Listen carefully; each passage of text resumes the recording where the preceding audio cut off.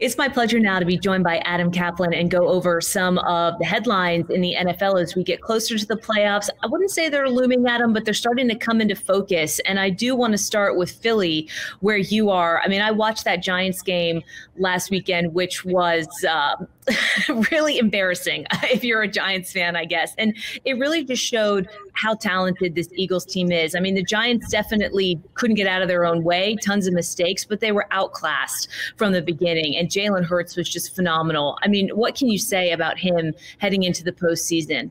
You know, I've covered this business, Carolyn, for 20 some odd years, and I don't know, other than ironically Geno Smith in the same season, I don't know if I've seen a quarterback improve this much so quickly, because this is Jalen Hurts, his second full season as a starter. He was a surprise second-round pick of the Eagles in 2020.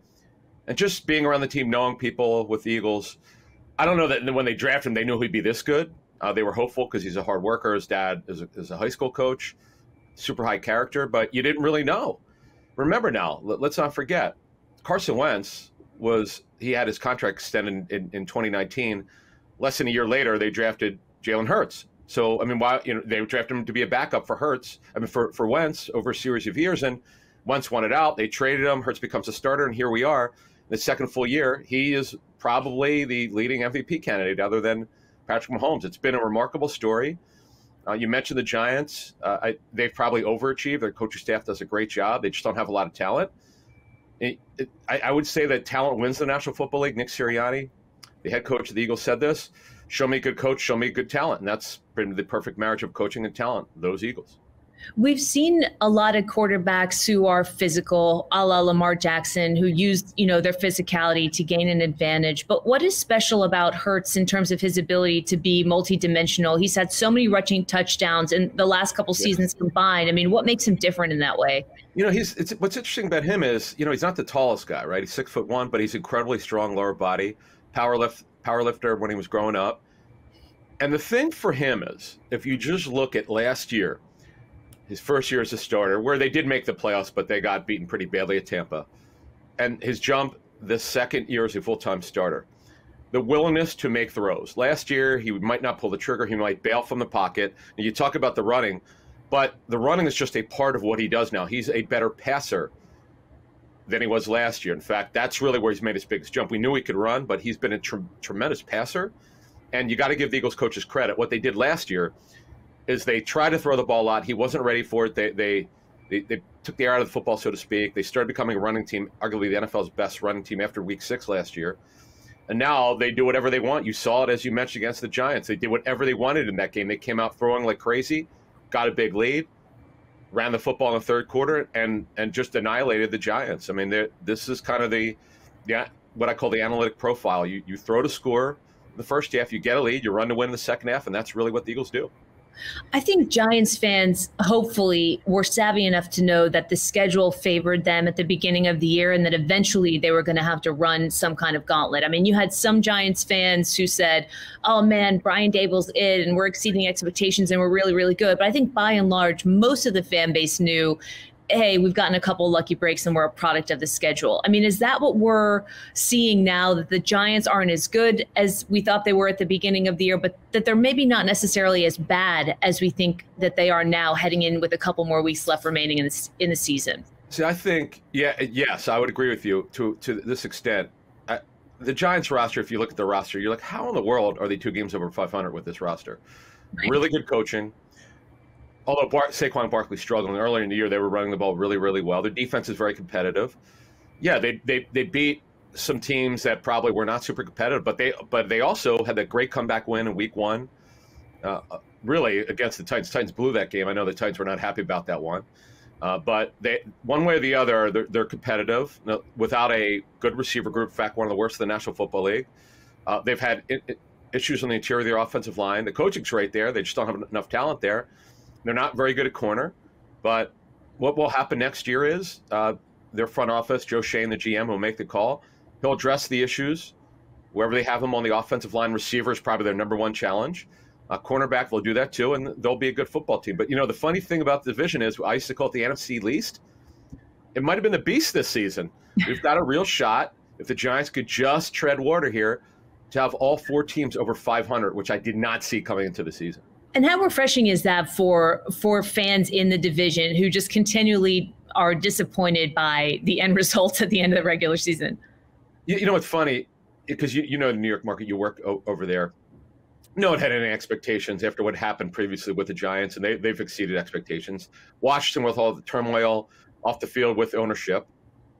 Eagles, 2020, Doug Peterson was fired. Nobody had any expectations with Nick Sirianni. And Dallas, they're like every other year. You never quite know what you're getting from them. And look, that division has kind of shocked me. I mean, you talk to people around the league, no one saw this coming. It was hard to understand. I mean, look at Washington with Taylor Heineke. I mean, he's basically a journeyman quarterback. He's revived his career. He's hanging in there. The coaches love him. Players play hard for him. They love him as their quarterback. They'll have to make a decision on what they want to do, whether they want to bring him back as a starter next season. That was not really in the cards after last season, but now there's at least talk of it. It's just one of these situations. You couldn't have imagined this. If you look at the gambling over-unders, every team in that division is going to go over, I think, based on what the projections were. And then you had the other team in the New York market, the Jets, with a loss that felt like it was a little bit easier to swallow than the one that the Giants suffered at the fate of the Eagles, because that was such a blowout, such an embarrassment. The Jets, it seems like they are buying what Robert Saleh is selling. And he did offer a little bit of back page fodder after the game when he said, hey, listen, I think we'll see Buffalo again. I mean, as you kind of look down the lens of what their future holds, are they going to be able to somehow stay in this playoff hunt? Yeah, it's going to be hard. If you look at that conference, right now they're the number 9 seed as we head into Week 15. New England, okay. Now Arizona, they got a break, unfortunately, with Kyler Murray's injury that helped them obviously win that game. But the Jets are still tied with them. They still have a shot. The Chargers had a surprising win with all those injuries. Miami has struggled the last 2 weeks. They're hanging in there. And Mike White, I know he's banged up with a rib injury. He's got a lot of juice, a lot of moxie. I know the players love him. He's been a good story. It's going to be hard. Their defense is phenomenal. The Jets' defense is the untold story about that team. Everybody talks about the Zach Wilson situation, and Breece Hall was doing a great job. He was in the running for offensive rookie of the year before he tore his ACL. The story of that football team's a defense. They're unbelievable, and that's why they can hang in there. But overall, the Jets their over-under, by the way, was 5.5, just 5.5 to start the season, and they've obviously surpassed that, and they'll probably end the season around 9 wins. And I think that's pretty good considering where they were last season. And considering the fact that their plan for, a franchise quarterback has been all over the map this season, they've had a couple of key injuries which ultimately affected them offensively. And they found this guy in Mike White who has galvanized the locker room, who's by all accounts loved by everyone and is very tough and talented. I mean, whether or not it was smart to come back into this game twice last weekend after leaving with a rib injury is one thing, but the fact of the matter is he wanted to do it. And I think you gain respect and credit in the locker room when you have these kind of heroic moments. As you assess the Jets defense, like you brought up, which is a great point, and then also kind of the pieces that they have moving forward, is next season probably going to be the place where we see Robert Saleh and the Jets maybe do something special? Yeah, because here's the thing, okay, with the Jets. Now, we don't know how well Breece Hall will come off his ACL injury. He was their bell cow running back. Shame he got hurt, so you have to see how he recovers. But the quarterback position is the number one issue with this team going forward. Is Mike White just a great backup quarterback, a good backup quarterback? Or will he be in the mix for the starting job? Will they bring in someone else? Will Zach Wilson get the job back? Will they let him compete for it? We don't have those answers now in December, but it's the number one issue for that football team going forward by far. The defense is solid. They're deep. They've drafted extremely well under GM Joe Douglas. The offensive line, unfortunately, has had a lot of injuries. They've got to figure out the left tackle position because they keep having injuries there. But to me, it's just the receiver position, they're in great shape. It's just really getting quarterback straight. They're a 10 or 11 win team, Carolyn, with highly competent quarterback play. That's how good their roster is. Yeah, it's fascinating. I think next year we're going to see them maybe not surprise a lot of people, but do something really special. At least that's kind of the feeling around here. And then with this Buffalo team, Adam, they were by most accounts a favorite to win the conference coming into the season. And they hit these kind of speed bumps with Josh Allen throwing a number of interceptions and the offense sputtering a little bit. If you talk to Bills fans, some of them take the attitude of, oh, well, we expect that. There's always going to be kind of a point in this season where he struggles a little bit. But do you have concerns offensively for Buffalo heading into the postseason with the way that they've played recently? So this subject is interesting. So I coming into the season when I'm hosting on Sirius XM, I said, look, there's going to be a drop off from Brian Daboll, the former offensive coordinator, to Ken Dorsey. Dorsey's a very smart guy. He's done a nice job, but Daboll, and I get Dorsey was the quarterback's coach, but Daboll was the one that's calling the plays. They just had this incredible chemistry. Daboll coaches really hard, and he got Josh Allen, along obviously with Dorsey's help, to take Allen's game to the next level. And you take Daboll out there from there, and he's now obviously the head coach of the Giants, and Dorsey's calling plays for the first time. There's some drop off here. I get it. Technically, as we speak right now, Buffalo's got the #1 seed, but there's just been something, Carolyn, just a little bit missing from their offense. But you know what? This happens sometimes. There are lulls with every NFL team. Even Philly, they had that bad loss. In fact, they had 2 weeks in a row where they turned the ball over 6 total times. Mm-hmm. Every once in a while, this happens. They're really good. The Chiefs are right on their tails. They're good. They're arguably the AFC's best team, but they're not just quite as good. Now, obviously, we have to mention the Von Miller injury. That's another part of this. Why they are a team that could be upset in the playoffs.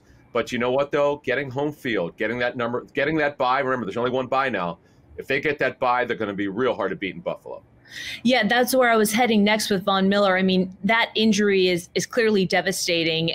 Could it impact, I mean, their ability to make it to a Super Bowl? Is the loss of him enough to have that kind of dramatic effect on what they're able to do in the postseason? It does worry me because, remember, Buffalo did go into Kansas City and beat the Chiefs. That was an incredible win. In fact, they came back in that game to win it at the end, and that was a great finish for them. And then you fast forward now without Von Miller. Greg Rousseau just came back from his high ankle sprain. He's not obviously near the pass rusher that Von Miller is. And don't forget about Micah Hyde's neck injury. Him not being available, that's a problem. So I am a little bit concerned with their defensive injuries. I think it's really close between them and Kansas City. But the team we didn't mention is the team that I think could push Buffalo hard, and that is last year's AFC champ, the Bengals. They were playing lights out after their slow start. They don't really have very many weaknesses. They're really good, and I think they can give Buffalo or Kansas City a run for their money. What do you think has been the catalyst for them, Adam, for this turnaround that we've seen from Cincinnati? Getting healthier. They had all sorts of injuries. Joe Mixon just came back from his concussion. Chase with his hip injury. They lost Chido Awuzie, their best corner for the season, but Cam Taylor-Britt has played very well, their second-round pick. Corner, he's done a good job. They've had to get healthier. Logan Wilson, their middle linebacker, missed time earlier this season with this recurring shoulder problem. They've gotten healthier. Oh, they got DJ Reader back, defensive tackle, who's terrific against the run. They got healthier at the right time, and they're an absolute roll. They're going to not only – I still think that they'll come back and win that division. They're tied now with Baltimore. I think they'll wind up winning that division. They're the one team now, not just in the AFC. They're the one team, if they get back to the Super Bowl, folks – I would not rule them out winning the whole thing. I think they can give Philly a run for their money. They're really good. They're well coached. And again, they were there last season. That's really interesting. You know, I feel like an old lady when I point to injuries here because I've been tracking them since this condensed preseason where I really felt like players did not have enough time to go through the motions of getting their bodies physically ready to go through a punishing 17-week season. And it feels like every single week you're losing a Von Miller, a Deebo Samuel, a concussion here, a concussion there. I mean, is this recency bias here, or are we really seeing the game becoming an increasingly more violent proposition with what these guys are being tasked to do? Because the loss of one or two players ultimately will have a profound impact on all the money that's infused from gambling and what we're going to see in terms of teams that are alive come, February. Or for fantasy, for fantasy football, no doubt. So you look. Let's look at the Rams, right? Last year's Super Bowl winner. I think they've been through at least 4 left tackles. Both starting receivers are on IR. We're not expected to see them back. The quarterback's not expected to play again this season, Matthew Stafford, due to injury. They've had some injuries on defense, but their offensive line's been in shambles. 3 changes from the start of the regular season. You just can't win. Injuries can derail a season for an NFL team. It's completely derailed the Rams situation. It's kind of like if you look at Super Bowl winners, more often than not, they're some of the healthiest teams. Not always. The Rams for 20 and 21 were the most likely the healthiest team, particularly least amount of players listed on the injury report, which is amazing. This year, just bad luck. I mean, I don't know how else to explain it. They've just had bad luck. So on your point, sometimes it's just staying healthy and having your players ready at the right time. I talked about Cincinnati. They were without a bunch of players early in the season. If you're getting back these guys late and they're key players, you can make that run. You know, it's one thing if you lost 4 or 5 players. If they're not starters, you can overcome that. But you have 22 starters. If you lose 5, 6, or 7 starters, there's no way you're going to overcome that. How do you view the Chargers' playoff chances? And if for some reason they're on the outside looking in, is their head coach in the hot seat, do you think? I know people, this rumor, the Sean Payton rumor's been out there since, like, with coaching agents I've spoken to, this has been out there, like, oh, he wants the Chargers job. That's out there. Look, that was a great win for Brandon Staley. It's only his second year. This is a team that you talk about injuries, right? They are down so many players on defense. J.C. Jackson had a devastating knee injury. They've had major offensive line injuries. Mike Williams just came back from his high ankle sprain. Keenan Allen has missed most of the season. He just came back a couple weeks ago from a hamstring injury. It's hard to win when you don't have your best players. That was a great win, but their defense, by the way, they're down technically 5 D tackles. If you look at Jerry Tillery, who was cut, who was in the rotation, they lost 4 guys due to injury plus Tillery. That's 5. I don't know how the heck they beat the Dolphins last week. I still can't scratching my head on that one, but it's a great win, no doubt. And by the way, I'm a little bit worried about Miami right now with what happened the last 2 weeks. I was going to say, I mean, how critical now is this meeting with Miami? I think in prime time against the Bills coming up, right? I mean, is this sort of the point in the season where that is an absolute must win for them? Is it even possible? Well, it's going to be hard because remember, for Tua, and this is another road game for them, the House of Horrors game when they got absolutely destroyed, and a lot of people started questioning would he be the starter going forward, and they got to show they could win a warm weather team playing in a cold environment. That's going to be hard. On Saturday at Buffalo, you got to be able to win games like this. They look like an absolute shoo-in to get in the playoffs, and they probably will get in it, but it's not a lock because New England's on their heels, the Jets and the Chargers. So it's not going to be easy for them. I know they're better than they're showing, and what you do wonder now, because Tua's game is not throwing the ball downfield. It's 3 steps, 5 steps, balls out on those crossing routes. The teams are trying to take those away from him, so you do start questioning, is this going to be likely going forward here? The teams are going to stop them, or what do the coaches have, particularly Mike McDaniel, who calls the plays for the Dolphins, the head coach? What's he going to do to game plan against what's been happening lately?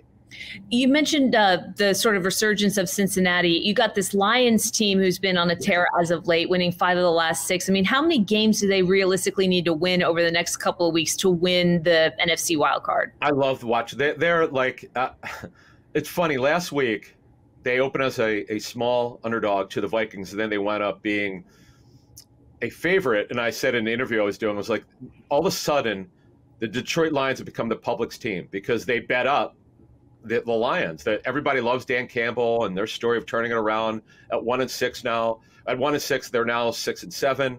They've got a shot. They're a game and a half back of the last spot. And the Giants, you and I talked about earlier, they're struggling. We'll see how Washington comes back from their bye. I would love them to make it. All the crap that the Lions fans have taken, Carolyn, over the years.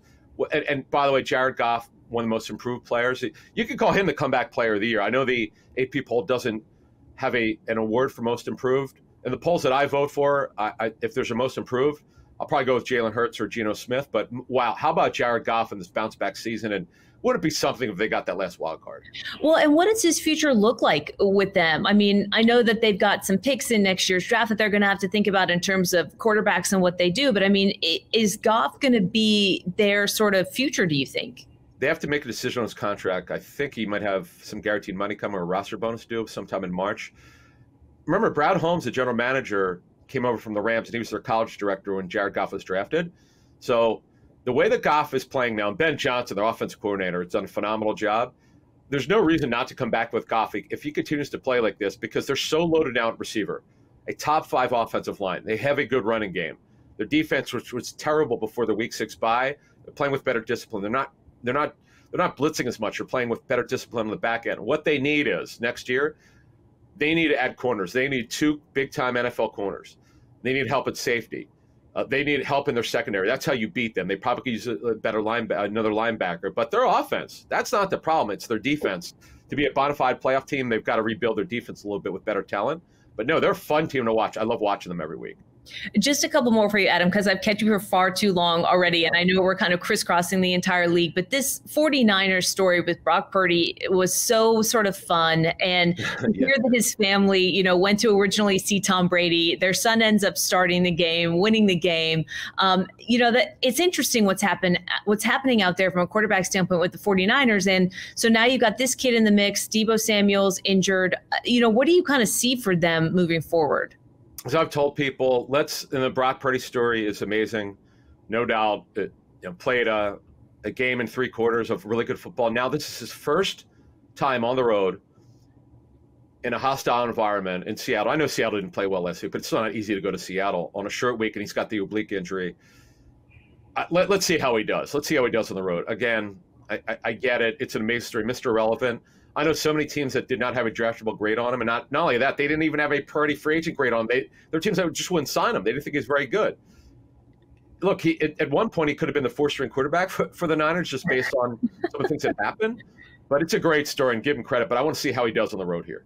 So you got the Giants, Commanders, you mentioned Seattle. In your mind, who do you think ends up getting the final 2 spots out of those 3 teams? Out of the NFC, I'm pulling for Detroit as a reporter. I'm not supposed to do that, but I'm going to. I'm pulling for the Lions. I would say my prediction would be Washington will be 6. Unfortunately, someone's got to make it for the NFC South, so Tampa Bay is going to get it.